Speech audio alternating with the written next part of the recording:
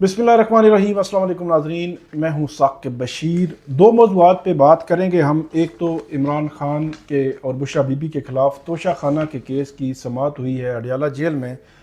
वो समाअत के दौरान क्या हुआ है, इमरान खान ने क्या कहा, जज के साथ उनका क्या मुकालमा हुआ और वो केस अब किस रुख इख्तियार करेगा। और जब 6 रोज़ा रिमांड दिया जा रहा था तो उसको 8 रोज़ा क्यों करवाया इमरान खान ने। बहुत सारे लोग ये सवाल पूछ रहे हैं कि ये खुद जो है वो रिमांड क्यों ज़्यादा करवाया गया है। इस पर बात करेंगे हम तफसील के साथ कि आज अडियाला जेल में हुआ क्या। और दूसरा हमारा मौजू होगा सनम जावेद। सनम जावेद के हवाले से बताया जा रहा है कि दर्जनों मुकदमात में वो जब वो गिरफ़्तार हुई रिहा हुई, गिरफ़्तार हुई रिहा हुई, गिरफ़्तार हुई रिहा हुई। वो लाहौर के हों, वो सरगोदा के हों, मियाँ वाली या गुजरांवाला के हों या इस्लामाबाद के हों। और अब जब हम ये वीडियो कर रहे हैं तो वो इस्लामाबाद के मुकदमे में से रिहा हुई और फिर गिरफ़्तार हो गई। जिस मुकदमे में आज वो रिहा हुई है उसका जो फैसला है, FIA का मुकदमा था, ये कितना जो है वो लग्व किस्म का जो है वो मुकदमा था मैं आपको बताऊंगा। और जज साहब ने जो फैसला लिखा है, कमाल का फैसला लिखा है। 4 सफ़ात का ये फैसला है और ये फैसला मेरा ख्याल है सब लोगों को पढ़ना चाहिए कि जज ने लिख क्या दिया है। और कल जो है वो गिरफ्तारी हुई और आज उस केस से अदालत ने डिस्चार्ज कर दिया और उनकी फिर जो है वो गिरफ्तारी हो चुकी। तो इस पर तफसील के साथ बात करेंगे। आप हमारे साथ रहिएगा। हमारा यूट्यूब चैनल सब्सक्राइब कर लें, बेल आइकन का बटन ज़रूर प्रेस कर लें ताकि जब भी हमको वीडियो अपलोड करें तो फ़ौरन उसका लिंक आपको मिल जाया करे।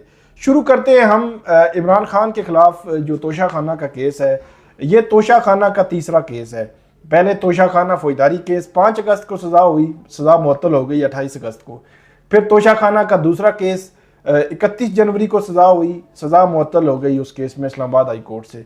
अब ये तोशा खाना का तीसरा केस है और ये केस भी उसी तरह ही है जिस तरह दूसरा था। ना दूसरा साबित होगा और ना तीसरे में कुछ जो है वो निकलता है। लेकिन इसमें FIA ने गिरफ्तारी डाली है बुशरा बीबी और इमरान खान की। आज जब जो मोहम्मद अली वड़ाइच हैं, एहतसाब अदालत के जज हैं, वो अडियाला जेल पहुंचे सुबह 9:30 बजे तकरीबन। और उनके साथ उनके साथ ही जो नैब की टीम थी, प्रोसिक्यूशन टीम थी, वो भी पहुंच गई। उसके बाद जो इमरान खान के वकील हैं मोहम्मद उस्मान गिल और ज़हीर अब्बास, वो भी जब वो पहुंच गए। ज़हीर अब्बास इमरान खान साहब के वकील हैं, मोहम्मद उस्मान गिल जो है वो बुशरा बीबी के वकील हैं, वो भी अडियाला जेल पहुंच गए। अच्छा, जैसे ही इमरान खान साहब को और बुशरा बीबी को वहाँ अडियाला जेल अदालत कमरा अदालत में लाया गया तो प्रोसिक्यूशन ने केस के हवाले से ये इस्तदा की कि इमरान खान साहब का 14 रोज़ा फिजिकल रिमांड दिया जाए। तो इमरान खान जो है वो वहाँ पे रोस्ट्रम पे आ गए और रोस्ट्रम पे आके सबसे पहले तो उन्होंने जज साहब को ये कहा कि जज साहब अगर मीडिया को नहीं बुलाएंगे तो मैं जो है वो फ़ौरन जो है वो वॉकआउट कर दूंगा। मीडिया को बुलाएं और फौरी तौर पर जो है वो मीडिया को बुलाया जाए। जिसके बाद जो है वो अदालत ने मीडिया को बुलाने के हवाले से कहा और उसके बाद मीडिया भी कमरा अदालत में पहुंच गया। जिसके बाद वहाँ पे समाअत शुरू हुई तो जो इमरान खान साहब हैं उन्होंने ये बात भी की कि जो बुशरा बीबी हैं उनका इस सारे मामले में कोई नहीं है लेना देना। बुशरा बीबी को रिहा करें और मेरे खिलाफ जब केस बनाते जाएं। और इमरान खान साहब ने वाज़ेह अंदाज में ये बात की कि जो केस मेरे खिलाफ बनाना है वो बनाएं और लेकिन बुशरा बीबी को आपको जो रिहा करें। बुशरा बीबी को मुझे तोड़ने के लिए और जो मुझे अजियत पहुँचाने के लिए जो उनको गिरफ्तार रखा जा रहा है इस केस में, ये कहा उन्होंने। और ख़ास तौर पर जो इद्दत वाले केस का फैसला आया है कल, उस पर उनका रिएक्शन क्या था, क्या रद्द अमल था और क्या वो सोच रहे हैं। और ये बताया गया है कि इमरान खान साहब ये जो केस था इद्दत का केस, इस केस के हवाले से उनका मौक़िफ़ ये था कि ये एक गंदा केस है और ये वाहिद केस था जिसके हवाले से वो टेंशन में थे, परेशानी में थे इस केस के हवाले से ख़ास तौर पर। और बाकी वो केस कहते हैं कि जो केस आपने बनाना है वो बनाएं और उसको चलाएं।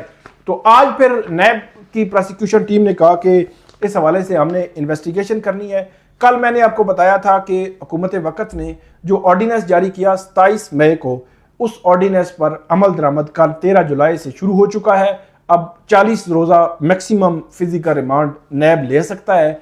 आज उन्होंने 14 रोज़ा रिमांड की इस्तदा की, वगरना अगर 27 मई का ऑर्डीनेंस ना होता तो 14 रोज़ा रिमांड ऑन फील्ड होता, और आज नैब 2-4 रोज़ की रिमांड की इस्तदा करता और इनको 2 रोज़ 3 रोज़ रिमांड मिलता, क्योंकि मैक्सिमम 14 दिन था, अब मैक्सिमम 40 दिन है उस ऑर्डिनेंस के बाद। तो वो केस स्पेसिफिक और पर्सन स्पेसिफिक जो है वो रिमांड हमें उसी वक्त ऑर्डिनेंस लगा था और अब साबित भी हो गया है वही। तो आज नायब ने 14 रोज़ा फिजिकल रिमांड की इस्तदा की और उन्होंने कहा कि हम इन्वेस्टिगेशन करना चाहते हैं, तो इसमें 14 रोज़ा रिमांड दिया जाए। और साथ ही जो नैब के हुकाम की जानिब से अडयाला जेल को ही सब जेल जो है वो उसका दर्जा दिया गया है, क्योंकि अमूमी तौर पर जब किसी मुलजम को प्रोसिक्यूशन एजेंसी गिरफ्तार करती है, मतलब अगर FIA गिरफ्तार करे तो FIA अपने उसमें जो हिरासती मरकज़ है या अपना ऑफिस है वहाँ पे रखते हैं, पुलिस गिरफ्तार करे तो पुलिस थाने में रखती है, और जब फिजिकल रिमांड हो तो नैब गिरफ्तार करे तो नैब अपना जो ऑफिस है उनका वहाँ पर जो मरकज़ बना हुआ है वहाँ पे वो रखते हैं। लेकिन क्योंकि इमरान खान साहब और बुशरा बीबी को सिक्योरिटी के हवाले से, खासतौर पर इमरान खान साहब के हवाले से सिक्योरिटी के पर्पज़ मद्देनज़र वजारत कानून ने एक तो नोटिफिकेशन जारी किया जेल समात के हवाले से, वो जेल समात हुई, तो दूसरा नोटिफिकेशन जो है जो फिजिकल रिमांड के दौरान, क्योंकि अब वो इमरान खान और बुशरा बीबी इमरान जो नैब है उसकी कस्टडी में है, क्योंकि उनके खिलाफ केसेस जो है वो खत्म हो चुके हैं, लेकिन अब वो उनकी कस्टडी में है, तो इसलिए अब नैब के तफ्तीशी अफसरान जो है वो जाया करेंगे जेल में इन जो है दिनों में, और उसके बाद वहीं पे उनकी इन्वेस्टिगेशन जो है वो किया करेंगे।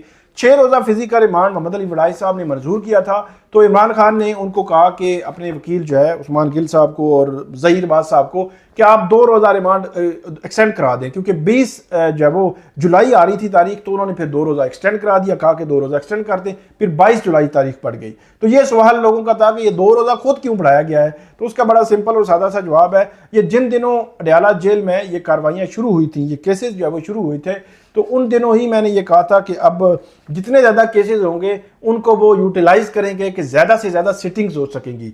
तो अब तक वो मामला चलता आ रहा है, तो उन्होंने कहा कि 20 जुलाई को अगर 190 मिलियन पाउंड केस का ट्रायल का केस लगा हुआ है तो ये केस साथ ना लगाएं, और उसके पीछे पर्पस जो है वो वजह यही होती है कि जितने ज़्यादा दिनों में केसेस होंगे, मतलब केसेस तो होने ही हैं, मतलब 20 को केस है तो फिर 22 को केस होगा, तो 20 को भी और 22 को भी एक लंबे टाइम के लिए उनकी जो अपने वकला हैं, PTI की लीडरशिप है, उनके साथ सिटिंग्स हो सकती हैं, मुलाकात हो सकती है, क्योंकि उमूमी तौर पर जो मुलाकात होती है उसमें माहौल उस तरह का नहीं होता, लेकिन जो अदालत के अंदर जो जेल की अदालत है वहाँ जो मुलाकात होती है, मुशावरत होती है, इंस्ट्रक्शंस उनकी होती हैं या प्लानिंग होती है, वो बैठ कर, क्योंकि आगे केस चल रहा होता है, पीछे वकील, उनकी लीडरशिप, और वो जो है वो बैठ के अपनी प्लानिंग बातें और जो पॉलिटिकल उनकी प्लानिंग है वो कर रहे होते हैं, और वो ज़्यादा इफेक्टिवली कर सकते हैं जो आम मुलाकात जो उनकी जेल में होती है। तो इसलिए फिर उन्होंने 20 भी रखी और 20 के साथ उन्होंने कहा 22 भी रखें। अब 22 जुलाई को इस केस की, तोशाखाना केस की समाअत होगी, उनको दोबारा जो है वो जेल अदालत में उनको सामने पेश किया जाएगा, फिर नैब हुकाम अपनी इन्वेस्टिगेशन रिपोर्ट जो है वो पेश करेंगे अदालत के सामने, और उसके बाद नैब की इन्वेस्टिगेशन रिपोर्ट देखने के बाद अदालत जो है वो फर्दर उसके आगे जो है वो बढ़ाएगी इस सारे जो है वो मामले को, और उसके बाद देखेगी। तो इमरान खान साहब ने कुछ जो है वो गुफ्तगू भी की जो मीडिया के साथ वहाँ पे, वो भी मैं आपके चीता जो उसके पॉइंट्स हैं वो आपके सामने रखता हूँ कि जो इमरान खान साहब हैं उन्होंने कहा क्या है। एक तो जो इमरान खान साहब ने वही बुशरा बीबी वाली बात की, और उन्होंने ये कहा कि मेरी बीवी को बादशाह सलामत टारगेट कर रहे हैं, और उसके मैं ये भी कहा कि मुझे जेल में डालें, मैं बीवी को तो मेरी बीवी को छोड़ दें, और जज साहब आप अल्लाह को जवाबदेह हैं, किसी और को जवाबदेह नहीं है। और ये भी कहा कि जज बशीर ने कहा था कि सर पर बंदूक रख कर फैसला लिया गया, और ये भी कहा कि साबिक वज़ीर आज़म को रात 12 बजे बताया जाता है कि सुबह नया केस लगेगा, और नैब वाले रिपोर्ट हैं, उनको तनख्वाह देकर जो मर्जी कम करवा लें। पहले जिस रेफरेंस में सज़ा हुई वो ज्वेलरी सेट हमारे पास है, उसकी कीमत 1,80,00,000 थी, उन्होंने 3.25 अरब कर दी। मैं सिर्फ अपनी बीवी की बात करता हूं, उसको दोबारा गिरफ्तार करके बहुत गलत किया है। पहले आफ्ताब सुल्तान और दीगर लोग मुस्ताफ़ी हुए क्योंकि ये गलत फैसले कराना चाहते थे। दूसरा केस इसलिए बनाया है क्योंकि उनको पता चल गया है कि पहला सेट हमारे पास है, जंगल के बादशाह ने सब कुछ कराया है, और उसके बाद कहते हैं कि समात के दौरान बानी PTI और बुशरा बीबी एक साथ जो है वो वहाँ पे बैठे रहे। और जो चेयरमैन नैब के हवाले से भी उन्होंने जो है वो बात की, और इमरान खान साहब ने, और चेयरमैन नैब और तवाइफा में कोई फ़र्क नहीं, ये उन्होंने एलेज किया है, इल्ज़ाम लगाया है इमरान खान साहब ने। और ये आज की समाअत हुई है और 22 जुलाई को अब इस केस की फर्दर जो है वो समाअत होगी, उसमें पता चलेगा कि ये केस फिर किस रुख पे जाता है। अब आते हैं सनम जावेद के केस में। सनम जावेद को आज FIA ने पेश किया इस्लामाबाद की मुकामी अदालत में, और इस्लामाबाद की मुकामी अदालत के जज हैं जुडिशल मजिस्ट्रेट मोहम्मद इमरान साहब। इन्होंने आज इस केस की समाअत की। उनकी जो फैमिली है, वालिदा हैं, वालिद हैं, उनके जो खावंद हैं सनम जावेद के, वो भी आज कमरा अदालत में मौजूद थे। मैंने एक बात की थी, सुबह लिखी थी ट्विटर पे भी, कि सनम जावेद की जो FIR है वो मैंने पढ़ी, तो सनम जावेद की FIR में बड़े अजीब सी जो है वो सिचुएशन नज़र आई कि FIR ये थी, मैं आपको आसान अल्फाज में बता देता हूँ। 10 मई 2023 को सनम जावेद का ट्विटर अकाउंट उसके बाद से इस्तेमाल नहीं हुआ, क्योंकि वो ज़ेर हिरासत है। दर्जनों मुकदमात में, एक में गिरफ्तारी रिहाई का मामला चल रहा है। तो FIA ने 10 जुलाई 2024 को, मतलब 14 माह के बाद FIA ने एक केस बनाया। FIA ये कहती है कि उसमें इदारों के खिलाफ जो है वो उभारा गया है, उसमें ऐसी ट्वीट्स की गई हैं। तो सवाल ये था कि जो है वो 14 माह के बाद ये केस जो है वो बनाया गया है। FIA मतलब मई 2023 में, जून 2023 में, जुलाई 2023 में FIA ने नहीं देखा, और वो जो बिहाइंड द बार है खातून 14 माह से, उसके खिलाफ अब जो है वो केस बनाया है। ये काफ़ी हैरानकुन था, और ये उस वक्त मैंने सवाल उठाया था, लेकिन जज साहब ने इस मामले को मज़ीद खोल के रख दिया है। जज साहब ने जो बातें की हैं वो मैं आपके सामने रखूँगा तो आप हैरान हो जाएंगे और परेशान भी हो जाएंगे। जज साहब ने वो सारा, पहले सफ़े में तो ये लिखा है कि वही ट्विटर हैंडल है, और एलेज किया गया है कि उन्होंने ये अक्रस की है, और इसमें फिर अदालत ये लिखती है कि date and hour of occurs is missing, न तारीख न टाइम। मतलब लिखा गया FIR पे 2023, अक्रस का जो अक्रस है वो 2023 की है, मतलब 1 जनवरी 2023 से जब 31 दिसंबर 2023 के दरमियान।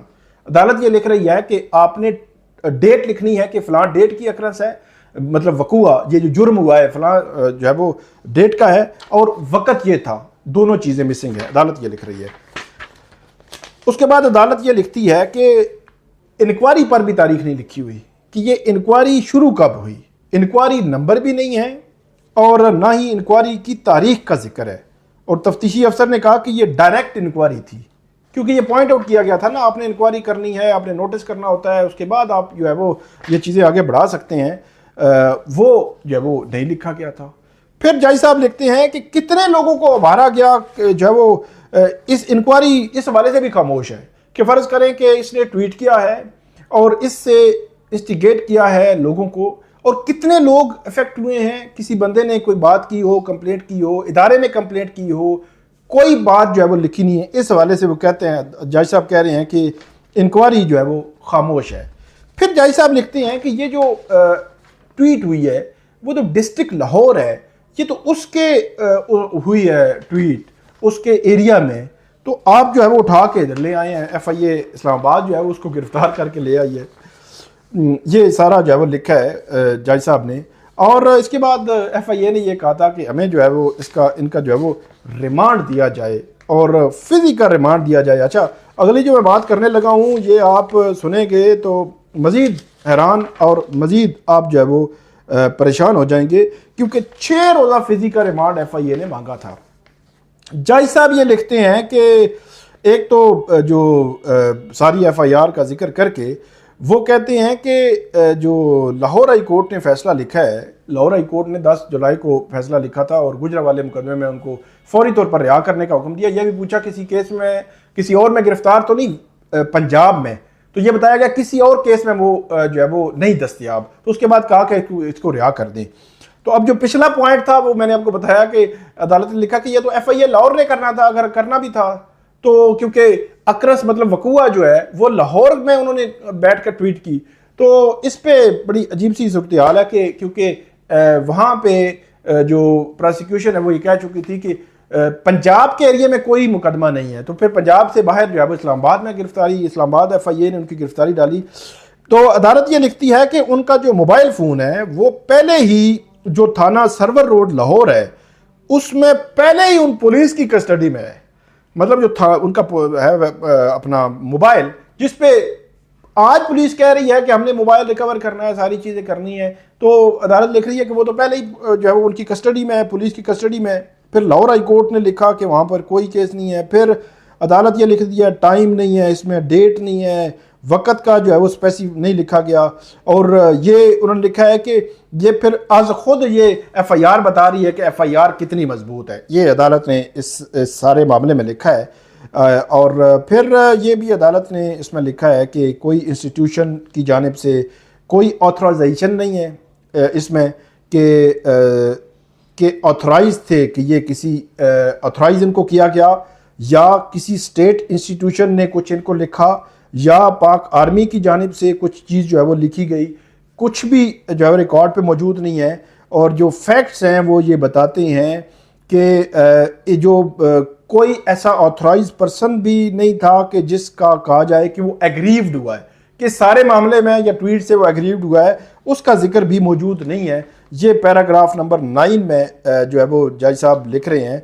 और वो कह रहे हैं कि इसमें जो इस किस्म की जो कहानियाँ हैं, अच्छा सबसे इम्पॉर्टेंट जो बात है वो ये है कि अदालत ये लिख रही है कि इस किस्म की जो कहानियाँ हैं, इन कहानियों से जो इदारे हैं, इदारों की जो रिप्यूट है वो डैमेज नहीं हो सकती, ये उन्होंने लिखा है। और साथ ये लिखते हैं कि रिकॉर्ड में शहरोज़ रियाज को शिकायत दर्ज कराने के लिए रियासती इदारों या पाक फौज से इजाज़त मिलने का जिक्र मौजूद नहीं है, मतलब तफ्तीशी अफसर को जो इसमें।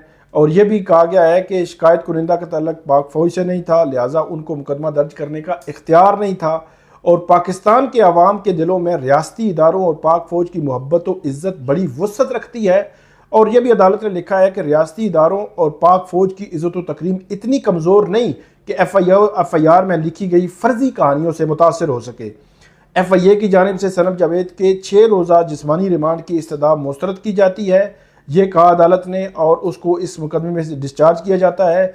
अगर किसी दूसरे मुकदमे में मतलूब नहीं तो सनम जावेद को फौरी रिहा कर दिया जाए। ये FIA के जज साहब ने ये लिखा। सुबह से शाम तक ये मामला चलता रहा और तकरीबन जो है वो 5:30 बजे तक, और 5:15 बजे उनकी रिहाई, 5 बजे तकरीबन रिहाई हुई। और वो मियाँ अली इशफाक जो उनके वकील हैं, उनके घर जो है वो F8 में जो वाक़या है उनका ऑफिस, वहाँ पे पहुँचे तो वहाँ पे उसमें पुलिस पहुँच गई, नाका लग गया, और उसके बाद पुलिस जो है वो उसको दोबारा से गिरफ़्तार कर लिया गया है। इस्लामाबाद पुलिस ने एक वीडियो आई है जिसमें मेरी मियाँ अली इशफाक ने भी इस गिरफ़्तारी की तस्दीक की है। एक वीडियो भी सोशल मीडिया पे आई है जहाँ पे जो ख़वातीन एहलकार हैं वो जो सनम जावेद हैं उसको गिरफ़्तार करके लेकर जा रही हैं। और उनसे जब पूछा गया वहाँ पे मौजूद जो लोग थे कि कहाँ पे लेकर जा रही हैं, तो उन्होंने थाना वीमेन का बताया कि थाना वीमेन जो है यहाँ पे, वहाँ पे हम जो है वो लेकर जा रही हैं। तो अब ये नया मुकदमा बना है, ये अब दर्जनों मुकदमात हैं। मैं तो हैरान हूँ कि आपने अगर सज़ा देनी है, मतलब फ़र्ज़ करें कि सनम जावेद ने एक जुर्म किया है 9 मई के मुकदमात में, तो उस जुर्म का के हवाले से ट्रायल करें, ट्रायल करके जो सज़ा उसको बनती है वो सज़ा दे दे।